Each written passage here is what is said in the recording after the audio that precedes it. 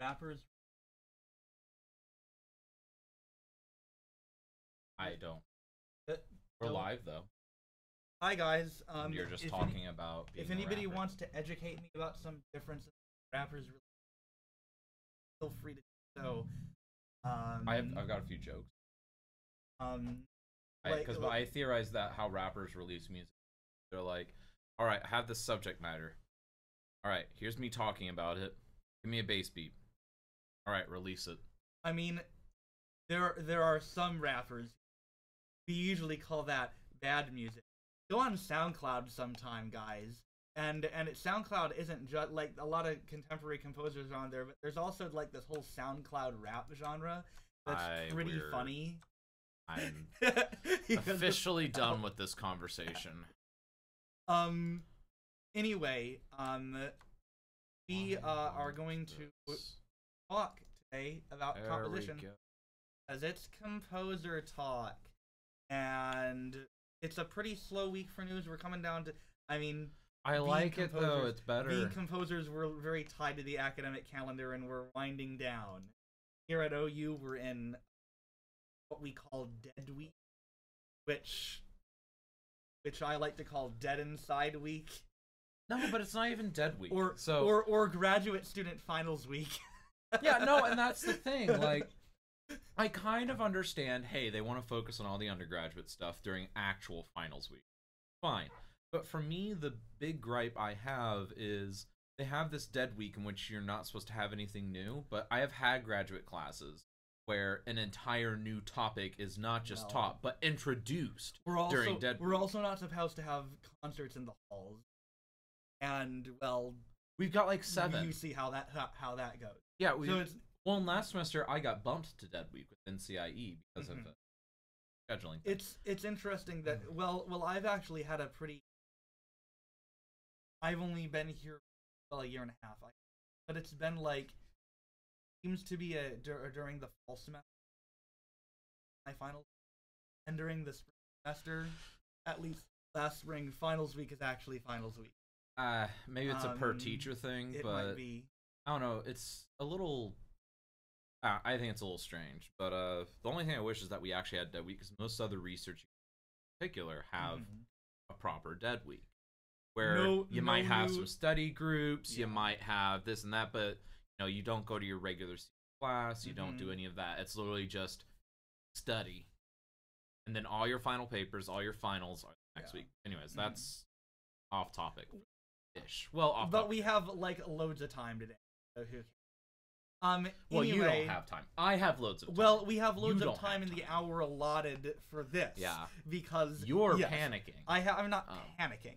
I just have a lot like stuff to do. You're physically panicking. Because you're doing more of like your you have like little I call them mid-body twitches for you. Like because like you have your hands here a lot whenever you talk, but like whenever you get busier and you have like more on your mind, your hands are constantly like they do this thing. Yeah. Like I've noticed this. I've known him for like 4 or 5 years. It's like, well, no, it's like you rub your knuckles slightly, is what it is, and I don't know what it is. Like it's just I'm naturally fidgety, and when I get in a hurry up mode, is this like your like I'm reserving myself twitchy then? No, like, honestly, I think my body is just like in a move mode. But like, what's this? That's my only question. Like, I've noticed it for years. I don't know. That isn't what the hell is the point of fidgeting if you have to explain what you're doing to people? Okay, like, that's fair. Lay off, man. It's just it's been bugging me. It's okay. I have a weirder one. So this isn't a fidget, but this is something that I do sometimes.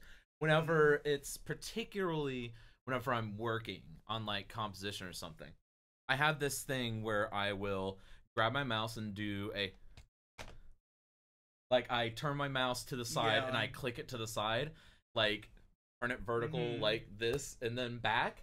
I do that occasionally, and I have no idea why. There's nothing I've ever done in which that is something that should have happened. When I was a kid, I've always been... I've noticed. So when I was a kid, I used to, I don't know if this'll... But I used to, like, my face a lot. And of course you did. There was a purpose behind it, and it was a conscious purpose. I wear glasses, and I would want to adjust my glasses on my face because they'd fall down too far on my nose. You know, I'd want to move up, and I was too lazy to take my hand and just do this. So I would just try to like adjust it on my nose, make micro adjustments. And my parents were very concerned. They were like, Jacob has to take him to the doctor. And I parents, Mom, Dad, this is what I'm doing. I'm adjusting my glasses. You may not like it. It may look weird to you. But it's not a behavioral tick. There is a purpose behind it. And they did not believe me. I mean, it kind of is a behavioral tick, though, if you think about it. They didn't believe me, so they took me to the doctor, and I told the doctor the exact same thing. And I think the doctor was just, oh, stop. You're this kid. Just, yeah, whatever. Tell him to stop spraying with water or something. Slap him.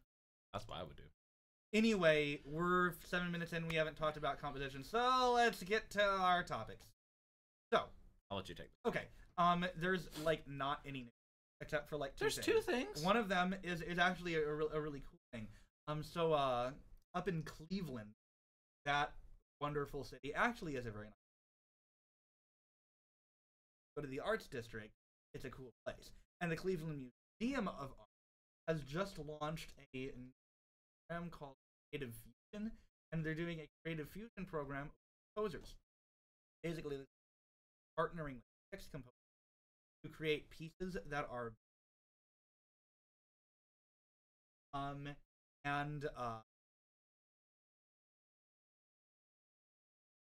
it's Obama. Yeah. Create pieces based on works of art. From there's not a lot of details on their website. Put up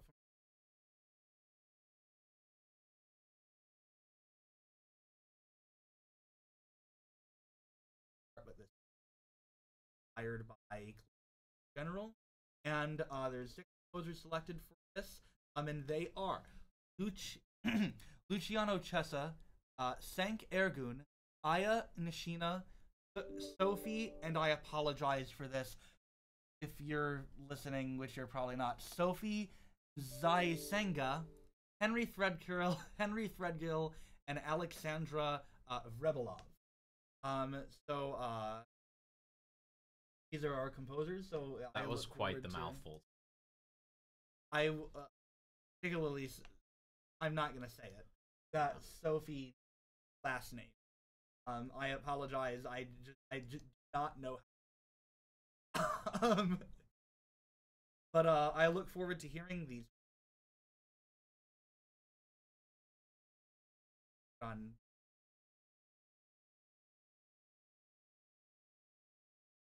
But we you should never go. know. But anyway, next up we have some news that I'm sure Zach is ready. I'm kind of excited about this. Honestly, it's not anything great. MuseScore 3.0 beta. They're closer and closer. They think they're within a couple months of the full of MuseScore 3.0.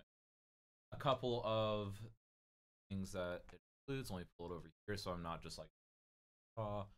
Let's see here. Automatic placement, layout, and spacing. Basically, they're trying to take a little bit from like what Sibelius and Dorico do and what Finale tries to do, which is like, oh, these two notes should probably not be colliding. They're just proving their system for that. Handwritten font for music notation. That's something that particularly jazzers enjoy. So jazzers rejoice. Note heads with pitch names. That's great for a bunch of pedagogical stuff. That's something that people have been asking for forever. And you still have to download a separate set of note heads in Dorico, but you can do it in Dorico. It's not like in the base font system. But honestly, given it's relatively niche, I don't think it's bad that you have to download it separately. And if you're not writing educational, you're never going to use it. Yeah, normally not. There's some instances where I can think where I might. Yeah, and a certain kind of not using. Right. Then some new usability features. They have a new tour system to provide help as needed. The tour system has been something that a lot of programs have been using. I kind of like it, which, I mean, for those that don't know, if you open a relatively new piece of software these days, you normally get a tour. That tour is effectively, this is this interface. Click here to get this. Click here to get that. And honestly, it's a good system. It shows you how to use the software, and it kind of replaces the old school user manual map on the front couple pages of a user manual. with like all the Yeah, numbers and yeah. like there's an index on the side and it's just awful to read. Right. Yeah, so it's better now. Well, better-ish. I still think it could be. I don't know how to improve. Anyways, timeline and single page view for navigation. The timeline feature in particular is something I've been begging for out of the music. I'm glad that they finally have that. Then let's see here. Improved mixer for easier control of instrument sounds. This isn't really a huge thing because honestly, most people I know who care about the sounds because they know it's really. But which actually could be young composers rely on. Well, the young composers still do. Like they still rely on it. And that's why, I mean, a large part of what you're paying for with the mainline music notation software is the sound set. Like, for instance, I paid $300 for Rorico or something in total. Sorry, $250. I think probably 100 of that was just getting my licensing, the instrument. Oh yeah. Yeah, I think that's really generous. Anyways, moving on. Auto update facility for Windows and Mac OS. They don't have that available for MuseScore yet. Not MuseScore, for Linux, unfortunately. And it's unknown why. I've tried to do some digging to figure out why they're not on Linux. My assumption is they just haven't done it yet because technically, well, it's Mac OS, but you know, who knows? Let's see here, and then save online. This is something that is pretty major. They're trying to instate a system where, kind of like with, you know, Sibelius, Dorico, all that, save your stuff in a repository, which, you know, good, that's fine. But MuseScore has been having some issues with that. Now, by I do mean a proprietary one. Obviously, if you're saving directly to like Dropbox or your OneDrive, something like that, or Google Drive, fine. But their kind of proprietary system that they're working on is causing them some.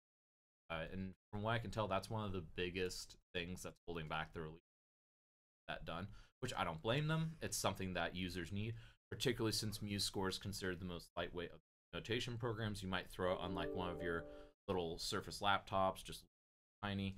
But yeah, we'll figure that out as things get along. Sorry, I got a pretty important acted for. Let's see here. So yeah, and then also you don't need to uninstall the previous versions of MuseScore. That's something that more and more programs have been doing. Like, for instance, I have Dorico and Dorico 2 right now. Or Macs, you can run Mac 7 and Mac. For an amount of time. At some point, you'll be bumped to the kind of trial-ish version of Mac 7, but it normally doesn't happen until a year out. But yeah, so just a lot of interesting little tidbits with MuseScore 3.0 beta. It's closer and closer to release. I don't know exactly when. I would expect early next year with how far along they are. I think they've missed the boat for getting it out this year. It would just be drowned out by Christmas. A lot of other stuff. It would be drowned out by Christmas, honestly. Yeah. So releasing it now would just be foolish. And yeah, it's not a sold product, so they shouldn't worry too much about that. But even if it's a free product, it's going to be drowned in all. And actually, one other quick bit I did want to mention. Guitar Center, I don't think they got as many Christmas sales as they were hoping Black Friday, because they keep marking their stuff further and further down. So if you're looking for some recording gear from Guitar Center in particular, or even instruments, they're marking them further and further down. I think they were hoping to clear out a bit more inventory than what they did. So, much of that. And also, just in other news, dude, I had 2 great concerts on. Yes, for some of our local news, yes, we had our New Century Improv Ensemble concert that went very well, and then which I played on. Yeah, you got to cellular data and laptop ensemble. Yes, Yeah, but Tanner was principal laptop. I made sure to. Principal. He was rather amused that you actually put that. Oh, dude, the other thing that got people, first of all, people liked the tuning bit for the laptops. Yes, I had the laptops tune on. Then the other thing that people loved was I had a bassoon quartet. And instead of labeling just 4 names, I decided, well, I'm going to say bassoon, bassoon, bassoon, just to match the program. But I was like, well, that just looks like I don't know what I'm doing, so I'm going to have fun with it. So I had blanking blank, bassoon, blanking blank, other bassoon, blanking blank, yet another bassoon. Blanking blank, too many bassoons. A lot of people found great humor in that. You didn't see that? I had to have some fun on my final student program. But yeah, so I had lots of fun with that. We had great attendance at the end. Oh yeah, we had like 30 or 40. I think it was 38. Yeah. Not including us. And then this past Sunday, our composition area, saxophone and electronics, which is quite a good comp. So, yeah. Also, as off topic, Captain Marvel trailer came out. Woohoo! That was nothing. I mean, there was music. There's an awesome part with a cat. I don't know if I figure, but I didn't know. Like, okay. All right. So continuing on to premieres and recordings from this. Was her Volness just premiered her song cycle, Letters That You Will Not Get. One of many that have come here this day. This was performed last Saturday by a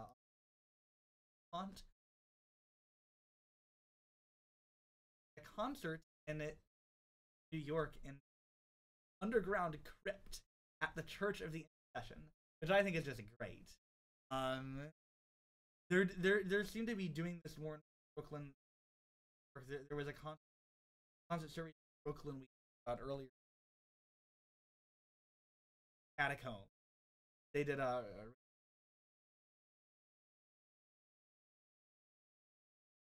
that's a thing, and also this past week, classical at a concert. They premiered new pieces. My name. Right. Stole from me. This was this past Friday, which was the day is here recital. Will Mason had a Mine piece was better on the concert called.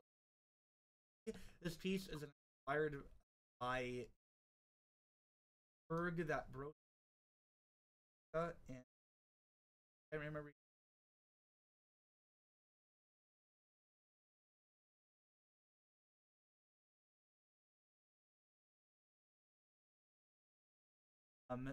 Then they also played by composer titled "Time Allotted for That Emanation."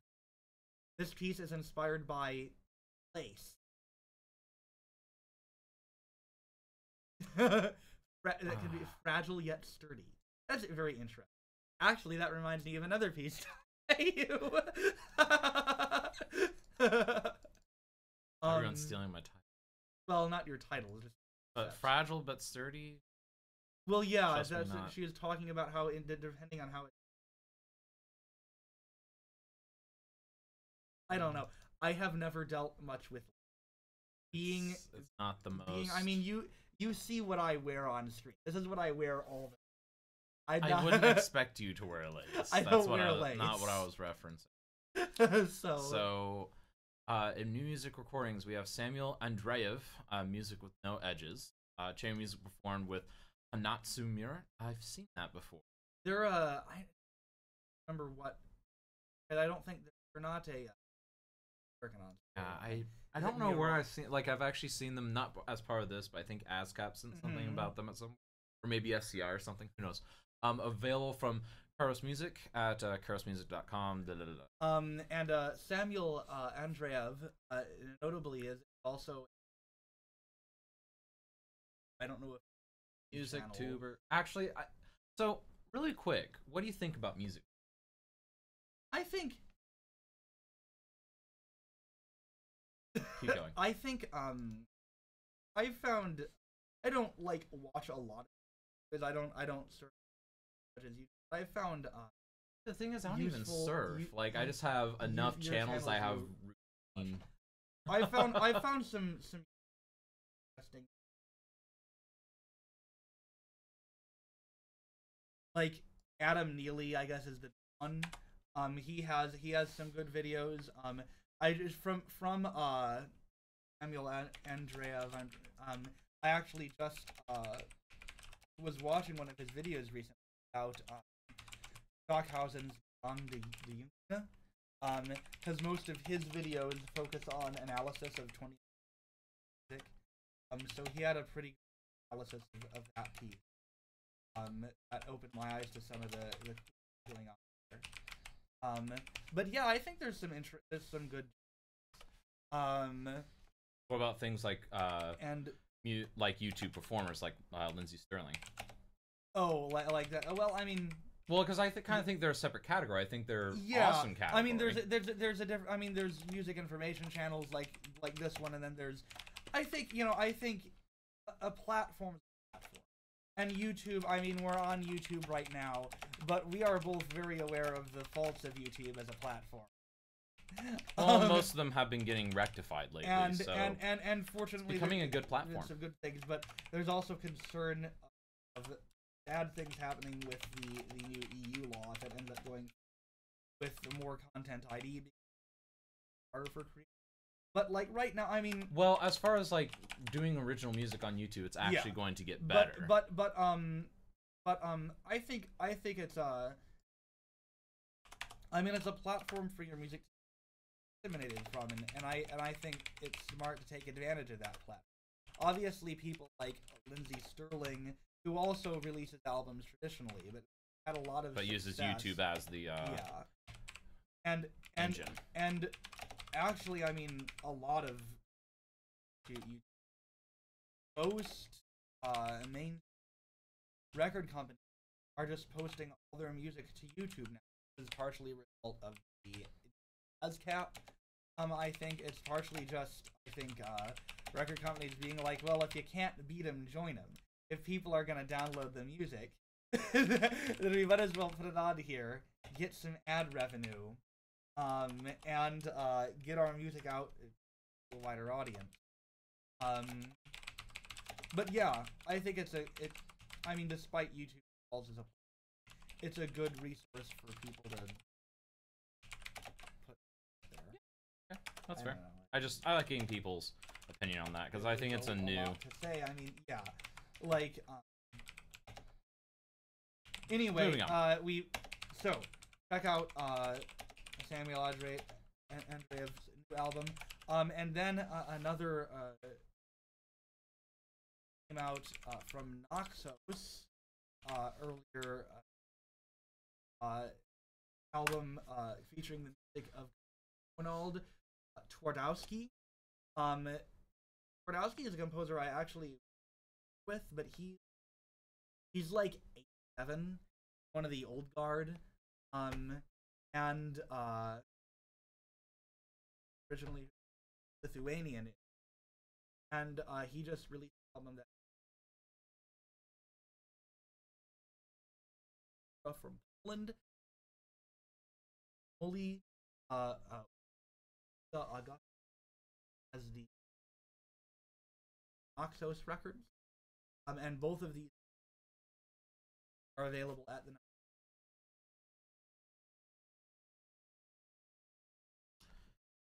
So, couple discussion topics. This first one's a little brief, but it was emailed to me via ASCAP literally like 10 minutes before we went live, and I thought it was interesting, and Jacob admitted it wasn't awful. So, we're all drowning in entertainment. Who's going to rescue us? This is something from the Rolling Stone, actually. Again, sent to me by the ASCAP. Oh, it's got it. All right, so with the avalanche of new music means, overwhelm listeners to algorithms that seek out unsigned talent for labels. This article by Tim Ingham, it actually focuses a lot on kind of Spotify, really kind of the crux of his argument. And he brings up some interesting numbers, which we've kind of alluded to these numbers, but these numbers are actually from Spotify. So I think that I think we can call this the end-all be-all of the numbers that Spotify has. Starting right now, by the time you finish reading this sentence, 3 new songs will have been uploaded onto Spotify. That was 3 new songs right there. That's interesting. By this time tomorrow, the number will have risen above 20,000 new songs. You guys start to see where this is going. By this time next year, more than 7 million tracks will be onto the server. Holy heck. People wonder why it's so hard to find good new music. Like, so what does this really mean? I don't know. I mean, there is a lot of music. I think this proves that there's a lot of music, and a lot of it not particularly. But I think it also just, you brought up something about how this might actually give a boon to record companies. Well, and he actually mentions was talked about in the article. Yeah, how it kind of makes the record companies like the curators of, oh, well, this is all music, yes, but this is the music type thing. I think that's really interesting, and especially in this day where people are kind of worried about the record company going away. It might be possible that the record company might benefit from the rise of Spotify. Yeah, and that is interesting because, I mean, if you think about it, if you call a record company and you say, hey, I have a store and I need 16 Christmas albums. And they're like, okay, well, here's some of our top stuff. What kind of stuff do you want? Okay, based on that, we can recommend X, Y, Z, ABC by these artists, or you can have all these, da-da-da. And then you get a relatively curated list, and if you give them more and more specified things you want, you can get a really curated list and then end up with, just to bank on our example earlier, Lindsey Sterling's Christmas albums from the past few years. Like, that could be really cool. And I think that, I think the record companies really are kind of maybe gaining more power, but I guess to be a little more on the cynical side, there's a lot of crap. Yeah. Well, there's just a lot of crap that we have to dig ourselves past in order to get heard now. You have to have from the listener's side, it's a blessing and a curse, because you have to dig through a lot of crap to get through stuff you really want to hear, and then the record companies or Spotify with their playlists are kind of your way of filtering. And then for us as composers, it's a blessing and a curse because it's easier than ever to get our music out there, but who's gonna hear it? Yeah. And I mean, I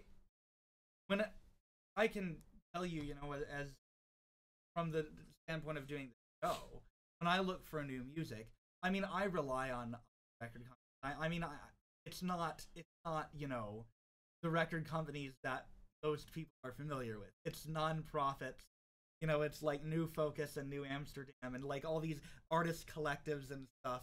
So I feel a little better about that because I could have reasons that there were good faith going into some of these labels than there is.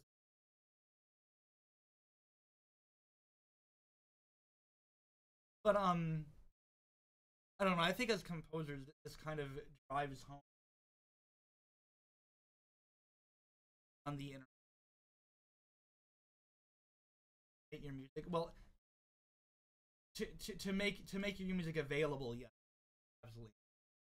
But to get people to actually pay attention to you, I think in our world, where it really drives home the importance of word of mouth and networking and getting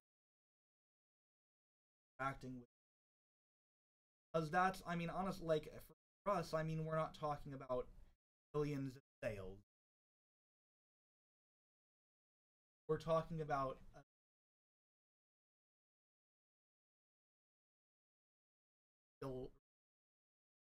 and then the internet becomes one way to advertise, but less a way to advertise that music that you advertise yourself available to others. And the reason why I'm typing over here is actually record company. There is one extra bit I forgot about. So yeah, and this is actually a pretty big one, and this just shows how weird a week it's been. But so our composition, my primary composition mentor of the past 4 or 5 years, Jacob's for about a year, and now he's Dr. K. But I switch back and forth. Yeah. He has a recording, or he has something included on Quadrants Volume 2. Which we talked about his composition Lamentations, which is quite good piece of Great music. piece. Has been recommended for submission to the Grammy Award nominating process, the Producer of the Year classical category. So that itself is a big deal, and I feel good about studying with that man. I forgot to say hi to him. I feel bad. I saw him twice. I mean, it's not yet nominated, but I mean, think about it. You know, Dr. Lamb could have a Grammy. Well, technically, the producer of the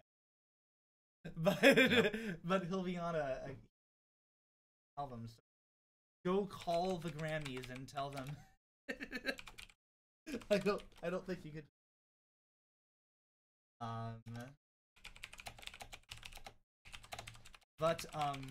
Yeah. So anyways, this kind of deluge of new music, just back to this. I think it's just, maybe it's a challenge to us, because like, if you can get anyone to recognize you, you've already won at this point, because there's so much new music being out there. Like, I would say maybe 20% of what is being released on Spotify will literally never be heard by. I imagine more than, never be heard. Okay. Never be heard by another human. Yeah, 20% or so. And that might be me being cynical again, but it's not cynical. It's realistic. Yeah. I mean, the fact of the matter is that you can't succeed as an artist by just putting. You have to build up the. You do, but I mean, once you're an approved artist, you can just go downhill for a while, and then no one listens to you. Then you release stuff. Who's gonna listen to it? Yeah. Anyway, so that is interesting, and just kind of something to think about. Ultimately, though, you know, it's a problem, but ultimately, you know, I personally.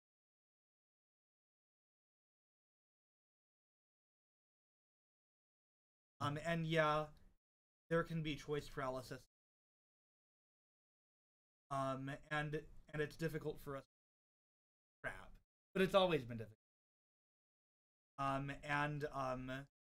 We all have our ways of filtering what we're.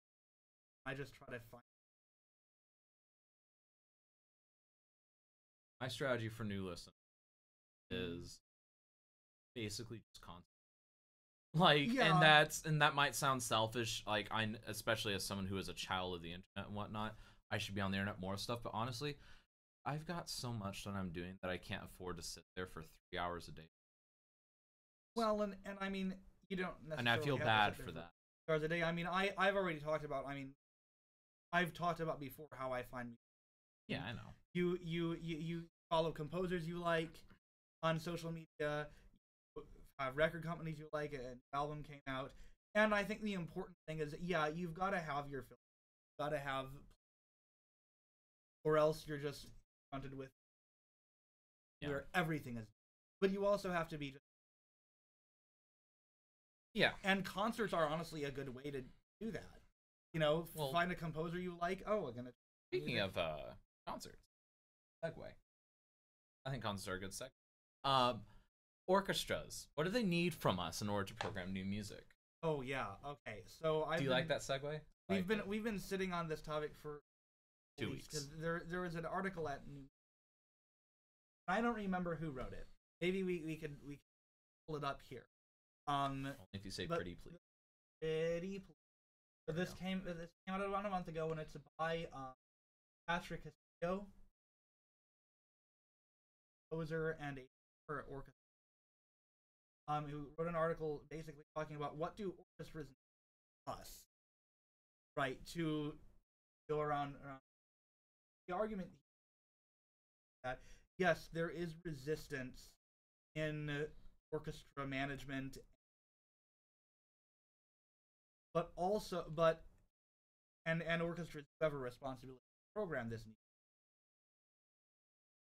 But there is also a responsibility of composers to consider the needs and of audience orchestras numbers. and audiences, to consider the needs of orchestras and to work with them so that we don't put roadblocks in front of them for performance.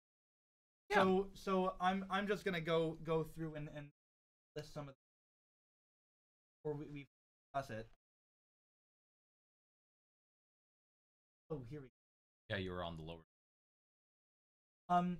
So the first one he talked about, and like the big one, I think, for is becoming familiar with orchestras, because a lot of musicians in orchestras are parts of unions, and he's talking about some of the rules that unions have, and they have some rules that don't make sense, but kind of do make sense when you consider. Most of them make sense. They don't always make sense when you just think it's just like, what's that there for? But they usually do make sense when you consider. I guess to me it makes more sense because I've been an orchestral contracted musician.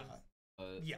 When you consider the back end, if you're just looking at it, and it's like, well, why do the work rules say that they don't have to play outside? You know, that's silly. But if you think about conditions and like the negotiations that would go into musicians wanting but their unions have a lot of work rules, and composers don't always know these rules, right? So we might write music that makes it difficult for an piece because they have to get special permission from the players to do this, you know, and they have to get such a percent, right? He also talks about another, and honestly, that's kind of the big thing. The rest of it is mostly. The other thing is bigger. Well, okay. The other thing, one of the things he says is just go to concerts. If you want new music, if you want, I'm getting to it. Okay. Yeah. If you want new music to be performed, go out and support. And then the final thing, which is from an audience member perspective, is big, not necessarily the specific. And you would think of it. Yes. Is contact your orchestra and thank them for programming music by composers. That sounds weird. Yeah, it's not. I mean, what the go to concerts thing is? Yeah, vote with your feet, but also call the orchestra if you go and write letters. Yeah, and write letters. Right, because it's a bunch of gray hairs in charge. They like letters. Yeah. And they're going by, I mean, they're evaluating audience reaction to, and how audiences are responding. And when they get communication from the audience, we liked this, that clicks. Yeah. I think there are some good points, but I do think that the question comes up in this article. So is this legit, or are we just trying to shuffle responsibility from the real problem to the people who classify as, I don't know, the victims of? Is this victim? What do you think? Let's not use that phrase for this, just to not muddy the waters. You get I what know. I mean. But yes. Shuffling of responsibility, I think, is the way to best put this. So my initial thought is, composers do need to learn a little bit staff and orchestra. For instance, write a piece with theremin in it. Right. Just really made it impossible for you. Unless you can get a famous theremin player nice job, to back your work. Or I mean, there's a reason I'm doing it. Yeah. I'll explain it later. Well, or like you write a piece and it's like, well, I want this piece to have guitar and harps, and it's like, well, at this point the orchestra has to go hire somebody else. Well, right. But that's the thing is, in most cases where I've been performing in an orchestra, they will hire an extra person, or typically two. One being a soloist, one being an ensemble member. And the ensemble member being typically an extra trombone or extra trumpet. But where the big issue comes in is where you have composers that just, they don't know that the current standard for an orchestra is 2 trombones plus tuba. Then they wonder why there are 3 trombones plus tuba. Never gets accepted and is just rejected outright. It's not because it's bad music. It might be the next Beethoven 5. But the fact of the matter is, a lot of orchestras these days, they don't have the extra funds to hire that extra trombone player, because for a lot of things that orchestras do these days is they have a soloist concert. As guest soloist, they're the paycheck. Like they get a huge cut of what comes in, and the orchestra gets the remains. And when that happens, there's no money really for hiring the extra trombone or hiring, second harp. And that's something that you just have to keep in mind. Also, looking at your local orchestra programming, and if you notice, wow, they really don't play anything past the Romantic era, and they actually haven't in the past, like, 10 years that I've been here, you're barking up the wrong tree. Never gonna win. Go pursue a different orchestra. And this comes as someone who, I'm a self-proclaimed symphonist. You know, that's really what I desire to do. I love the symphony orchestra. I think it is my best playground that I am most apt in. And, you know, I have a lot of other people that back me on that, but I can tell you 100%. Like, for instance, I've pretty much given up on, you know, our local here, university, or relatively similar, and some other issues. But, so you just kind of have to know when to pack up your bags and go ask someone else. Well, and here's the other thing. All local orchestras. There might also be a money issue. That stuff's all public. They don't have to pay for it. And that's the other thing, is every composer wants to get paid for their first orchestral performance. Spoiler alert, you're not going to get paid for your first orchestral performance because you're nobody. No one knows who this kid is. He's not going to get someone to shell out, you know, $5,000 for the performance, let alone commission of a work. You're lucky if you can get somebody to look at the score. If you get somebody to look at the score, then just send them the part. You know, report the when you're starting to ASCAP. Yes. You'll get your ASCAP when you become more established, you're gonna expect people to pay for your score. But honestly, I would say, in general, as a rule, if you have less than 10 years of experience in the field, or actually, here's what I would say: if you have less than a doctorate and or you've never had an orchestral work before by a real orchestra, you're not going to get paid. That's just flat fact. I've had a lot of my best mentors tell me this. I've had conductors tell me this. I have had professional musicians and orchestras on the coasts tell me this. This is pretty much a fact. I'm not willing to call it 100% fact, but trust that it's true more than it's not.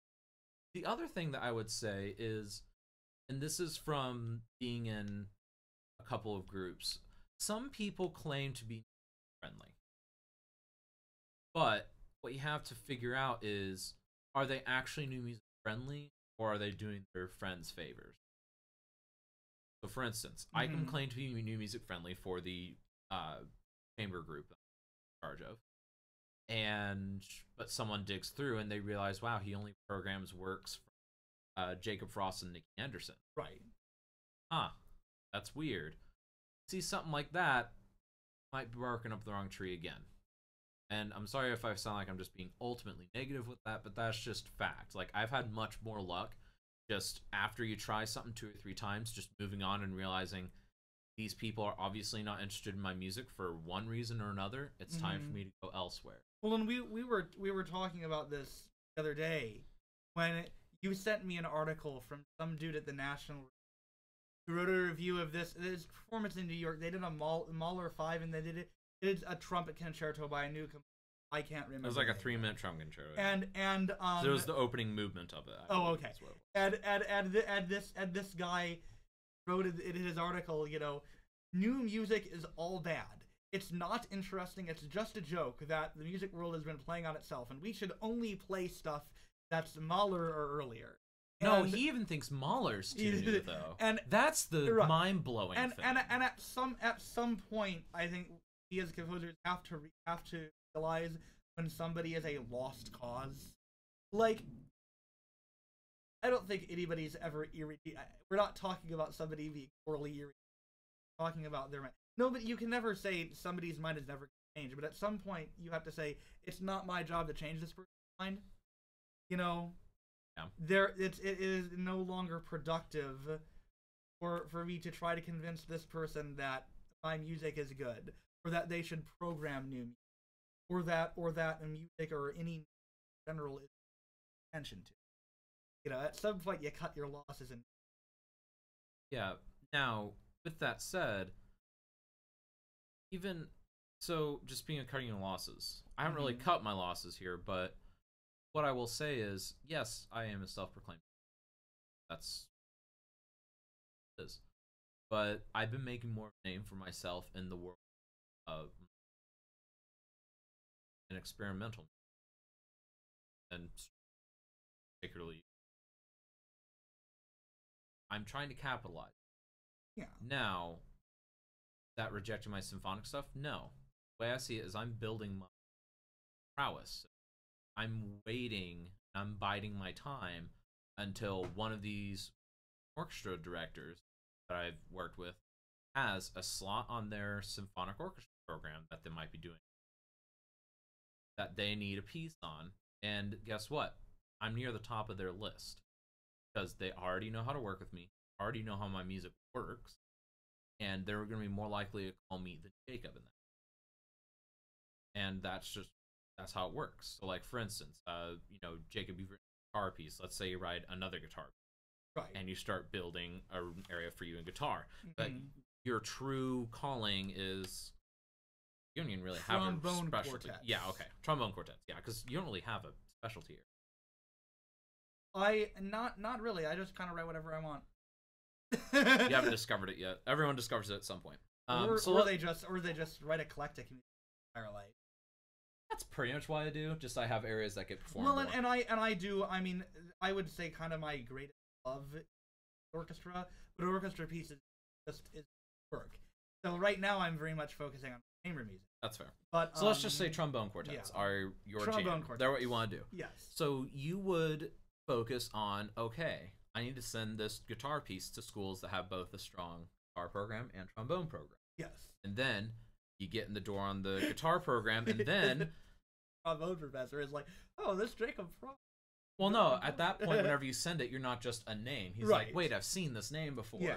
And it's just little tiny things like that. I mean, I've gotten a lot of performances that way of just like sending enough backdoor stuff that the front door at some point is just like, oh, you're not a total stranger. Okay. And it's silly that you have to do that, but you just gotta work around that. But circling back now to the article proper instead of the tangential related stuff. Thanking the orchestra for programming music by living, or composers rather. The one thing I would say with that is a lot of people are tempted to say, oh no, I'm not going to thank them for that. I hate that composer. Let's just say someone hates Michael Dougherty and they just can't be bothered. Thank them for programming new music anyway. Yeah. Because keep in mind, they programmed a piece. That orchestra that programs in Michael Dougherty work, they're much more likely to program your music than they are in the orchestra who hasn't played anything past Mahler. That's common sense. And if you do have something negative to say about a composer, whether it be Joe Schmo, some big guy, or Jacob Frost, or myself, you wait till you go hang out with your other composer friends after hours, and you can talk about it then. Go into full details, all that. But whenever you're talking to anyone in that building, even if you think you're in private there, I've seen orchestra administrators do this for years.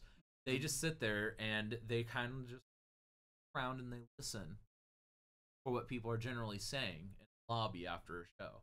That sounds like I'm Big Brother is watching, but keep in mind that it is their job to, because I mean, there's 11 members on the board. They're going to be in 11 different spots. I mean, they might congregate occasionally, but for the most part in the lobby afterwards, they're going to be in 11 different spots, getting kind of a reading of something wrong, conductor's choices, like that. And then finally, on the conductor thing, this is one thing that I didn't learn until, but whenever you're dealing with a professional, not a civic group, not university group, but whenever you're dealing with a professional or even semi-professional group, you just go through the conductor. You gotta go through a board. That means that honestly, you're gonna have to send a really clean recording of easy to. I know it's hard for a lot to understand music to the symphony orchestra, not to the conductor, because the conductor isn't going to be given nearly. But if you have a pop piece that sounds good and the board likes it, they will ask the conductor and at that point, they'll have an easy. It's a lot easier for the board to influence the conductor than the conductor to influence. Pretty much, the way I've seen it work is a lot of boards, they have kind of a set of parameters of, hey, you are the artistic director, but in general, we don't like anything past. They're given pretty free rein with that, within that, and then occasionally they'll let him indulge himself and things, but it's going to be a much harder sell. So my advice would be, my mistake. They'll have, I think, an easier. Now, there are some orchestras that are much more conductors. Have one of those, I'm sorry, but he's probably booked. Like, I hate to break it. Probably booked solid for them. And that's just because anyone that does that stuff, they're an active, typically 30s professional. They're getting a lot of performances, not just at their local orchestra, or even being conferences, workshops, etc. Often with new, but whenever they return home, their chords are still going to make Beethoven, Haydn. So, yeah, I feel like that gives a night. I feel like I've demonstrated my siding on this of I don't like it, but well, you gotta do what you gotta do. And I think, I mean, I don't think this is victim blaming. As long as we do keep, I personally, the primary responsibility on not even like conductors, like you've talked about, the boards have all the power on the orchestra board program that need to be doing. But I do think that this author is right, that there is a measure of, I mean, there's definitely a on audiences. Oh yeah, and there's a measure of responsibility on us as composers. I mean, I talk to both do, we all do, and talk to performers who do new music about new music. Haven't. It's very enlightening to hear what they want and what irritates them from. And often some of it's common sense. Yeah, let's delve into that a bit in the chamber world. Yeah. Okay. Moving on. Yeah, sure. Yeah. No, like keep on. Yeah. And so I mean, it's like number one, notate your music. You know, make sure that I was talking with some saxophone because of the saxophone. Composers turn in pieces. Right, and they don't bother to check the multiphonic thing like this, and the performer can't play it. You know, they would rather you ask than to assume wrongly. And that's the other thing. Ask, work with a performer. If you're writing a trombone piece, send it to your trombone buddy. Hey, how does this look? You know, if you have, or if you don't have a buddy, message it. Christ University has a trombone. Right. Or community college. Would whatever. somebody be willing to look at this? Or you know, but I mean, honestly, the best way to write a piece is to be working with somebody while writing the piece, even if it's not a commission, even if you just, hopefully, I mean, if you're in a university,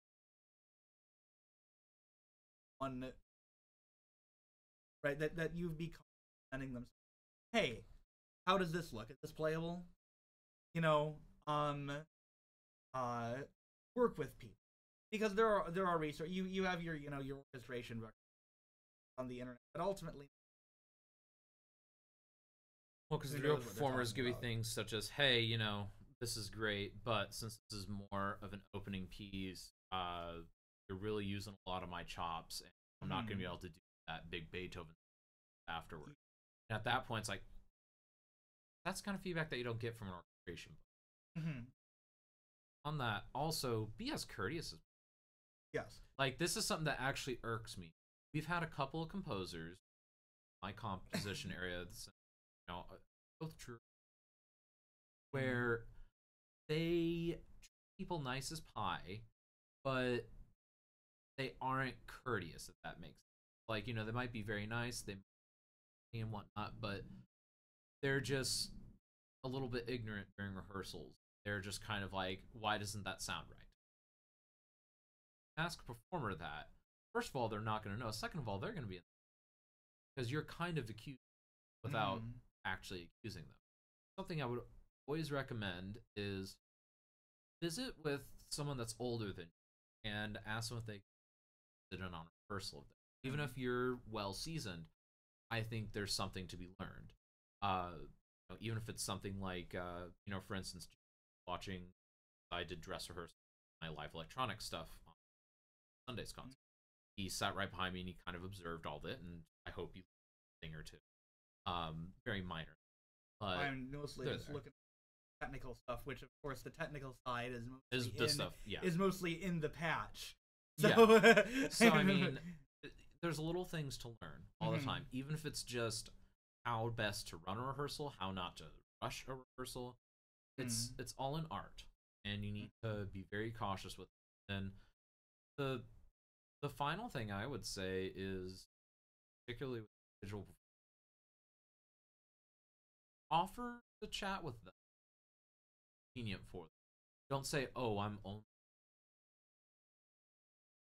Say, I've got a busy schedule, but because if you meet them on their turf, on their time, you're going to be a lot more ideas.